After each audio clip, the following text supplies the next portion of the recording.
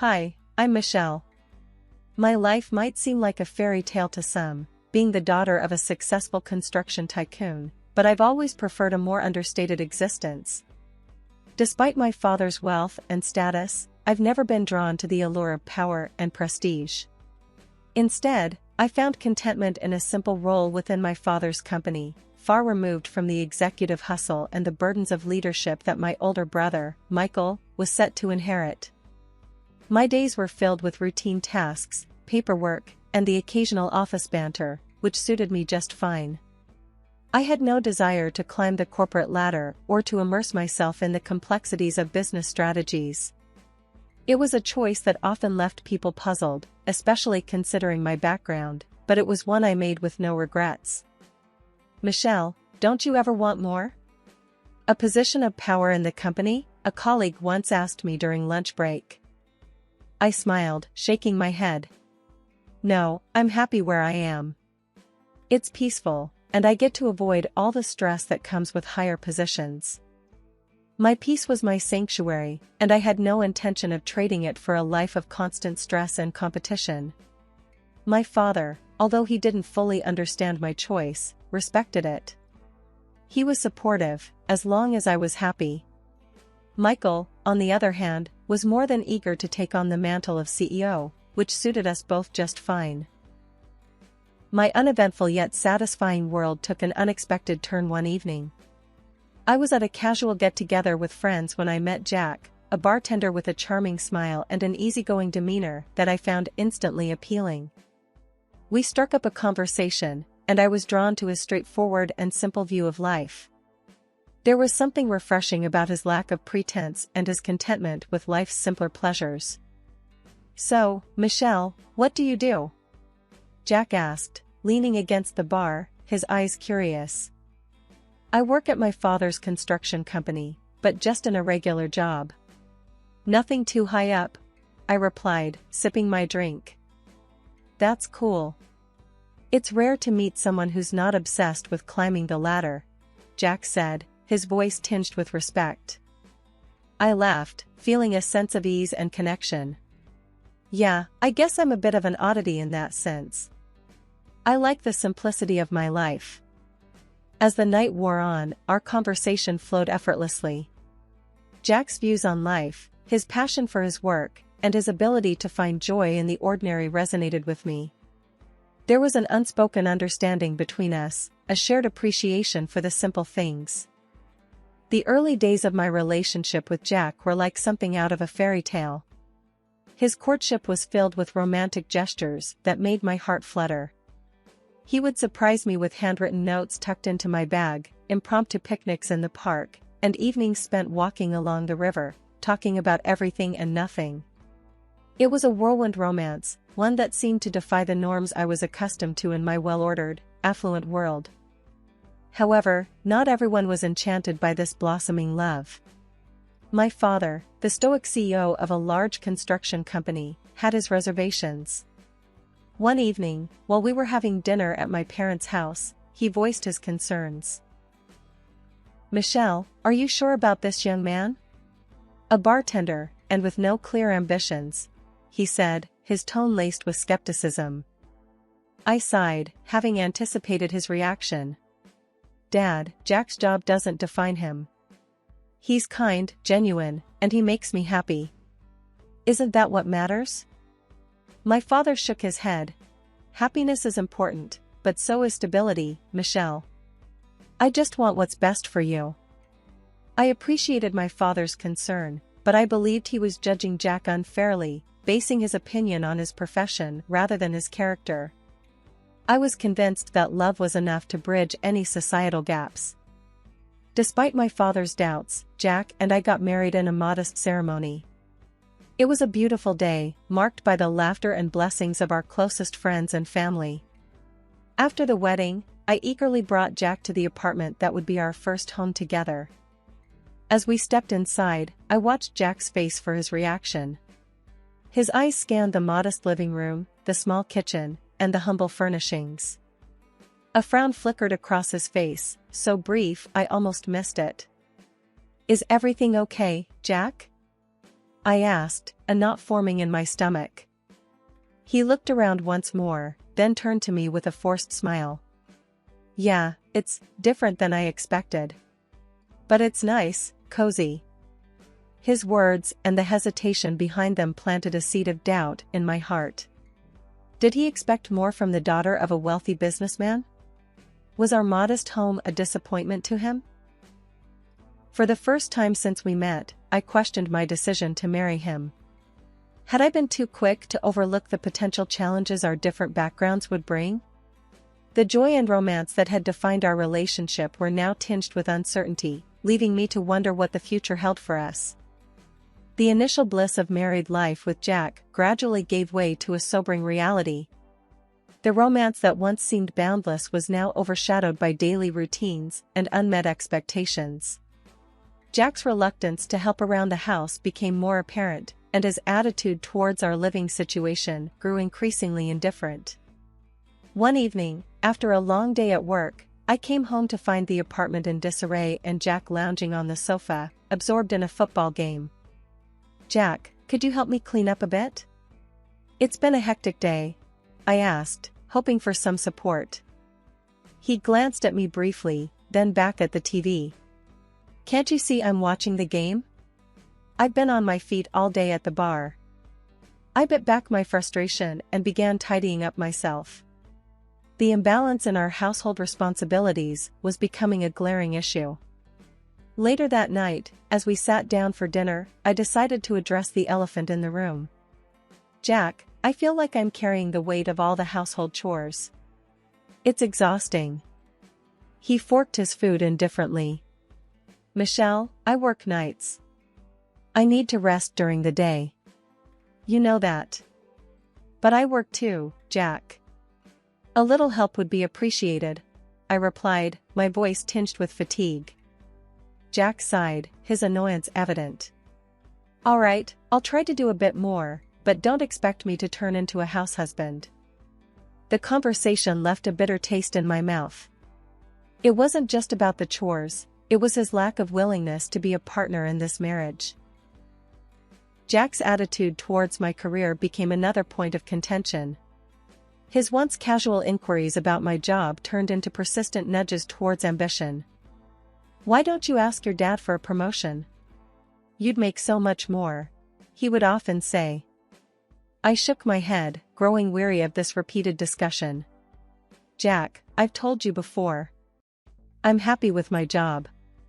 I don't want the stress that comes with a higher position." "But you could have an easy life, Michelle. Think about the money, the comfort," he pressed, his voice laced with frustration. I couldn't help but feel that Jack's interest in my career advancement was driven more by the potential financial gain than by concern for my happiness. The strain in our relationship intensified when Jack began spending more time at the bar, often coming home late or not at all. I felt a growing sense of loneliness and neglect. One evening, when Jack had come home particularly late, I confronted him. "Jack, we barely see each other anymore. You're always at work or out." He shrugged, avoiding my gaze. "I need to unwind after work, Michelle. A man needs his space." "But what about us, our marriage?" I asked, my voice barely above a whisper. He didn't respond, and I lay awake that night, questioning my decision to marry him. The man I fell in love with, who had seemed so perfect in his simplicity, was now a stranger to me. As the days turned into weeks, Jack's behavior began to change drastically. The man who once couldn't wait to come home now lingered after his night shifts at the bar, sometimes not coming home for days at a time. When he did return, there was a scent clinging to him that was unmistakably feminine and definitely not mine. My heart grew heavy with suspicion, the once warm glow of our marriage now dimmed to a flickering ember. One particularly troubling evening, Jack stumbled in well past midnight. The smell of another woman's perfume was so strong it filled the entire room. I couldn't hold back my emotions any longer. "Jack, where have you been? You smell like perfume," I asked, my voice a mix of hurt and accusation. He shrugged off his coat, avoiding my eyes. I was just at the bar, Michelle.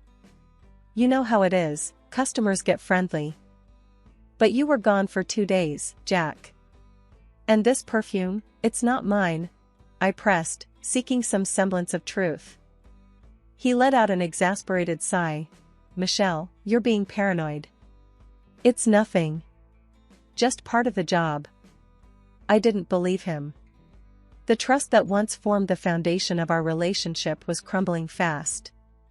I needed to know the truth, no matter how painful it might be. The next day, I made a decision. I reached out to Tom, the head of security at my father's company. He had always been like an uncle to me, and I trusted him implicitly. Tom, I need your help. I think Jack is. I think he's seeing someone else, I said, the words tasting bitter in my mouth. Tom's expression turned serious. I'm sorry to hear that, Michelle. You know I'll do anything to help you. I'll start keeping an eye on him. We'll get to the bottom of this. I let out a shaky laugh, trying to lighten the mood. Thanks, Tom. I know you'll find out everything, down to his school grades. Tom gave a small chuckle. You got it, Michelle. If he's up to no good, we'll find out. As I waited for Tom to get back to me with his findings, the days felt longer and heavier. I was caught in a limbo of hope and fear, part of me wanting to cling to the belief that my suspicions were wrong, while another part braced for the impending heartbreak. The day I received the results of Jack's surveillance from Tom, the head of security at my father's company, felt like a plunge into icy waters. Tom handed me an envelope, his expression somber, eyes filled with unspoken apologies. Michelle, I wish the news was better, Tom said gently, breaking the tense silence in my living room. Bracing myself, I opened the envelope. The photos spilled out, each one a hammer blow to my heart. There was Jack, my husband, laughing and cozying up to a young woman. She wasn't just any woman, she was the heiress of one of the largest companies in the city, known for her wealth and status. I felt a bitter laugh escape my lips. So, he was looking for a richer catch, I murmured, more to myself than to Tom. Tom placed a comforting hand on my shoulder. Michelle, you deserve so much better than this. After Tom left, I sat alone with the stinging truth until Jack came home, reeking of alcohol and late-night revelries. I confronted him, the evidence of his betrayal in my trembling hands. Jack, what is this? I demanded, my voice sharp with hurt and anger. He barely glanced at the photos before letting out a loud, harsh laugh. Oh, that. Yes, I've been seeing her. She's everything you're not, Michelle. Ambitious, a future CEO in her father's company. His words cut deep, but I stood my ground. And that justifies your cheating? I was your wife, Jack. He shrugged, his arrogance palpable. Wife or not, I need someone who can elevate my life, not keep me stuck in mediocrity. You were just a stepping stone, Michelle. Tears stung my eyes, but I refused to let them fall. Well, congratulations, Jack. You've shown your true colors. I'm filing for divorce. He smirked, undisturbed by my declaration. Fine by me. I was getting tired of this charade anyway. That evening, Jack packed his things and left, leaving behind a trail of broken vows and a shattered heart. As I watched him leave, a mix of relief and profound sadness washed over me. The man I had loved and trusted was nothing but a facade, a wolf in sheep's clothing. In the quiet aftermath of his departure, I sat alone in the apartment that once echoed with our laughter and dreams. The pain of betrayal was raw, but within it, I found a glimmer of strength. Jack had used me, but I wouldn't let his deceit define my worth. Life after Jack's departure was a whirlwind of emotions. I had moments of deep sadness, but also a growing sense of liberation. During this turbulent time, an unexpected opportunity presented itself, one that would change the course of my life. One evening, my father invited me to dinner at his place. His demeanor was serious, a rarity for him during our casual meetups. "Michelle, I have something important to discuss with you," he began as we sat down at the dining table, a spread of my favorite dishes before us. "What is it, Dad?" I asked, curiosity piqued. He took a deep breath, his expression somber. "Your brother, Michael, has decided not to take over the company. He's off to Tibet to find himself or something of that sort. I need you to step in." I nearly choked on my water. "Me? Dad, I've never even considered such a role. I'm happy with my current position." He leaned forward, his eyes earnest. "I know, Michelle, but you have a natural understanding of the business. You've been around it all your life. I believe you can do this. But I don't have the experience or the ambition Michael has," I countered, the idea feeling overwhelming. "Experience can be gained, and ambition isn't always about climbing to the top. It's also about maintaining and nurturing what's already there," he argued, his tone gentle yet persuasive. I pondered his words, feeling a mix of fear and excitement. "I'll think about it, Dad. It's a big decision." After dinner, I lay awake in bed, thinking about the opportunity. Could I really step into such a large role? Was I ready to take on such a responsibility? But I agreed. The days following my decision to step up in my father's company were a blend of apprehension and quiet determination. My usual routine at work changed dramatically as I started to involve myself in different aspects of the business, areas that were once Michael's domain. One morning, my father called me into his office. His usually stern face had a softer expression. "Michelle, I know this is a big change for you, but I have every confidence in your abilities," he said. I nodded, feeling a mix of nerves and resolve. "Thanks, Dad. I'm just worried I might not live up to your expectations." He smiled reassuringly. "You'll exceed them. Just be yourself, and remember, I'm here to guide you." The first few weeks were a whirlwind of learning. I found myself in meetings that went over my head, but I listened, asked questions, and slowly, things began to make sense. I realized that leadership wasn't just about making big decisions, it was about understanding the intricacies of every part of the business. To my surprise, I discovered I had a knack for planning and budgeting. Numbers that once seemed daunting now told a story I could understand and influence. My father noticed this change. "Michelle, your budget proposal for the next quarter was impressive," he commented one day, looking over the documents I had prepared. "Really?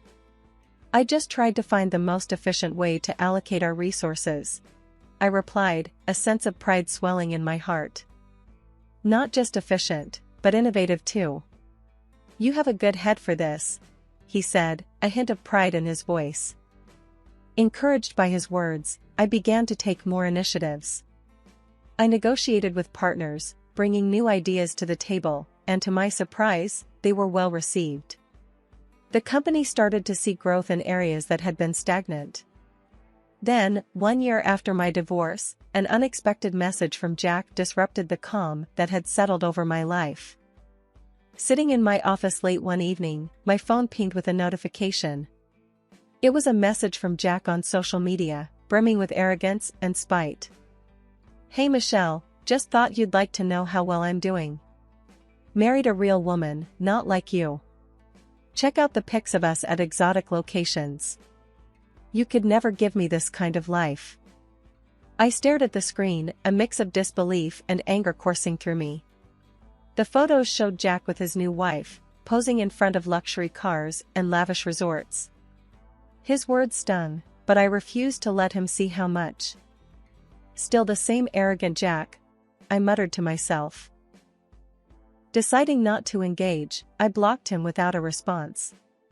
I had moved on from that chapter of my life, and I wasn't going to let him drag me back into the past.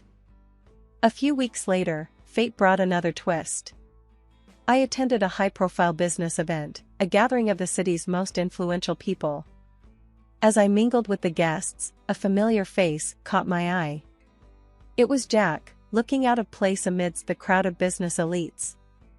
He spotted me and, to my surprise, approached with a smug grin. "Michelle, long time no see. Let me introduce you to my wife." The woman beside him was dressed extravagantly, her demeanor radiating confidence. Jack continued, "This is my wife, the future director of her father's company. Much more fitting for a man like me." His wife laughed, eyeing me dismissively. "So, you're the ex-wife? Can't believe Jack settled for someone so plain." Before I could respond, an older gentleman joined us. He introduced himself as Jack's father-in-law. His eyes widened in recognition as he looked at me. "You're Michelle? The CEO of that major construction company? My company has been hoping to collaborate with you." Jack's expression faltered, his smugness replaced by a dawning realization of his mistake. His father-in-law turned to him, his voice stern. "Jack, how dare you insult Michelle? She's a respected business leader." Turning to his daughter, he continued, "And you, laughing at someone so accomplished? You should be learning from her." The situation turned awkward for Jack and his wife as the older man chastised them. Feeling vindicated, I excused myself from the uncomfortable scene, a small smile playing on my lips. That evening was a reminder of how far I had come, not just in my career, but in my personal growth. Jack, who once looked down on me, now stood embarrassed and corrected in front of his own family. However, the saga with Jack wasn't quite over. A few days later, he somehow got hold of my phone number and called me. His voice, dripping with venom, filled my ear. "Hey, Michelle, still playing the big shot CEO? We both know you're nothing but a daddy's girl playing dress-up," he sneered over the phone. His words, meant to wound, only fueled my resolve. "Jack, why are you doing this? Haven't you caused enough damage already?" He laughed mockingly. "I just wanted to remind you of your place, Michelle. You may fool everyone else, but not me." I ended the call, seething with anger and frustration. But this time, I decided not to let Jack have the last word. Determined, I reached out to Tom, the head of security at my company. "Tom, I need your help again. Jack is trying to get under my skin. Can you find something that will stop him for good?" Tom, ever the loyal ally, agreed without hesitation. "I'm on it, Michelle. He won't bother you after this." True to his word, Tom delivered. Within a week, he uncovered evidence of Jack's infidelity. He had been cheating on his current wife with multiple women. With a sense of cold satisfaction, I forwarded the evidence to his wife. The fallout was immediate and explosive. Jack's wife, enraged by his betrayal, threw him out. She ensured that he was ostracized from their high society circles, effectively cutting him off from the luxurious life he had schemed so hard to attain. I heard through mutual acquaintances that Jack was back to bartending, his dreams of wealth and status shattered. He was laden with debts, a far cry from the high life he once flaunted. As for me, I focused on rebuilding my life. My work as the CEO brought new challenges and successes, and I found joy in the responsibilities and the growth it offered. The company thrived under my leadership, and I found a renewed sense of purpose in my role. During this time, I met Alan, a colleague from another firm. He was everything Jack wasn't: kind, genuine, and grounded. Our relationship developed slowly, built on mutual respect and shared values. With Alan, I found the companionship and understanding that had been missing in my life. Jack's attempts to bring me down only highlighted his own insecurities and failures. In contrast, I had risen from the ashes of our broken marriage, stronger and more confident. I had found success in my career and happiness in a relationship built on trust and love. As I moved forward with Alan, I knew that the lessons from my past had prepared me for a brighter, more fulfilling future. I had turned the page on a difficult chapter in my life, ready to embrace the new opportunities and joys that lay ahead.